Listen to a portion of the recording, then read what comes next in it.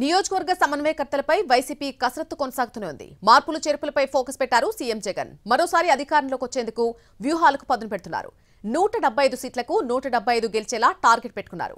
ఎట్టి పరిస్థితుల్లో ప్రత్యర్థులకు అవకాశం ఇవ్వకూడదు అనే ఉద్దేశంతో ఆచితూచి అడుగులేస్తున్నారు. టీడీపీ జనసేన పొత్తుతో మారుతున్న పరిస్థితులకు అనుగుణంగా సీఎం జగన్మోహన్ రెడ్డి మార్పులు చేర్పులు చేపడుతున్నారు.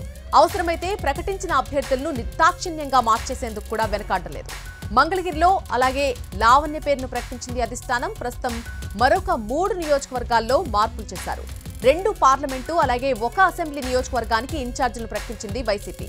కర్నూలు పార్లమెంట్ నియోజకవర్గం సమన్వయకర్తగా mayor BY Ramaiah, Amalapuram parliament సమన్వయకర్తగా రాజోలు సిట్టింగ్ ఎమ్మెల్యే రాపాక వరప్రసాద్ నియమించింది. రాజోలు అసెంబ్లీ సమన్వయకర్తగా మాజీ మంత్రి గొల్లపల్లి సూర్యారావుకు ఛాన్స్ ఇచ్చింది. మరోవైపు గుమ్మనూరు జయరాంకు సీట్ ఇచ్చిన ఆయన పార్టీ మారిపోయారు.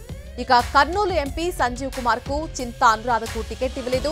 కొత్తగా అభ్యర్థులను నియమించకపోయినప్పటికీ కూడా అభ్యర్థుల స్థానాల విషయంలో మార్పులు చేర్పులు చేస్తూనే ఉంది వైసీపీ. మచిలీపట్నం పార్లమెంటు స్థానానికి డాక్టర్ సింహాద్రి చంద్రశేఖర్ ను ఇన్ఛార్జిగా నియమించింది. అవనిగడ్డ అసెంబ్లీ నియోజకవర్గానికి సింహాద్రి రమేష్ ను పార్టీ సమన్వయకర్తలుగా నియమించడం జరిగింది. అయితే ఎమ్మెల్యేగా పోటీ చేసేందుకు సింహాద్రి చంద్రశేఖర్ విముఖత చూపారు. దీంతో అభ్యర్థులను అటు ఇటు మార్చేశారు. ఇప్పటివరకు విడుదలైన 11 జాబితాల వారీగా చూస్తే 75 అసెంబ్లీ స్థానాలకు 23 పార్లమెంటు స్థానాలకు ఇన్ఛార్జీలను ప్రకటించింది వైఎస్ఆర్సీపీ.